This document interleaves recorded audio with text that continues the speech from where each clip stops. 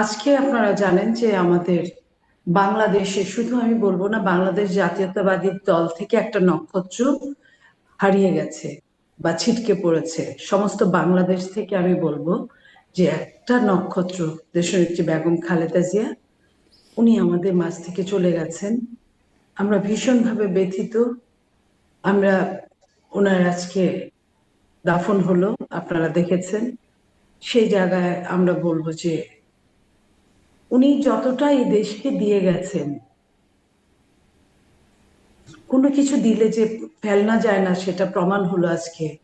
বাংলাদেশের মানুষের ভালোবাসা, বাংলাদেশের মানুষের হৃদয় নিংড়ানো অভিনন্দন, হৃদয় নিংড়ানো সেই যে তাকে স্মরণ করা, এটা ভুলার মতো না। এটা সমস্ত ইতিহাসকে ছাড়িয়ে গেছে।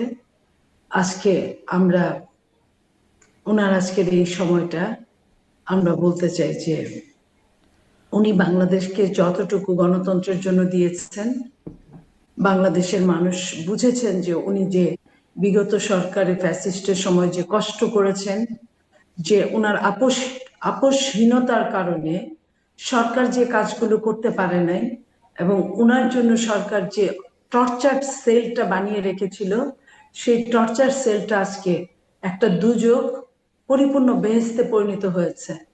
আমরা এটুকুই বলতে চাই যে কাউকে কিছু দিলে সেটা ফেলনা যায় না। মানুষকে উনি যতটা ভালোবেসেছেন, ঠিক তারও তারও তারও চেয়ে অনেক বেশি উনি পেয়েছেন। আজকের দিনে এইটুকুই বলতে চাই। জি, নীলুফার চৌধুরী মনি, আপনি বিগত সরকারের কথা বলছিলেন, তাদের টর্চারের কথা বলছিলেন, কিন্তু এখন আমরা দেখছি বেগম জিয়ার মৃত্যুর পর আহ, সেই সাবেক প্রধানমন্ত্রী আওয়ামী লীগ সভানেত্রী শেখ হাসিনা তিনি শোক জ্ঞাপন করছেন, তার পুত্র শোক জ্ঞাপন করছেন। আপনি আপনি এবং আপনার দলের মধ্যেও কোনো কথা হচ্ছে কিনা, এটাকে আসলে কিভাবে আপনারা নিচ্ছেন বা আপনাদের মূল্যায়ন কি? এই আমি দেখছিলাম যে তাদের মানে এই সেই শোক বার্তার নিচের কমেন্টসগুলোর মধ্যে অনেকে মানে হাহা বা হাস্যকর হিসেবে রিয়াক্ট দিচ্ছেন, কেউ কেউ রাগ প্রকাশ করছেন এবং আমি অনেকে আপনার অবশ্য কথা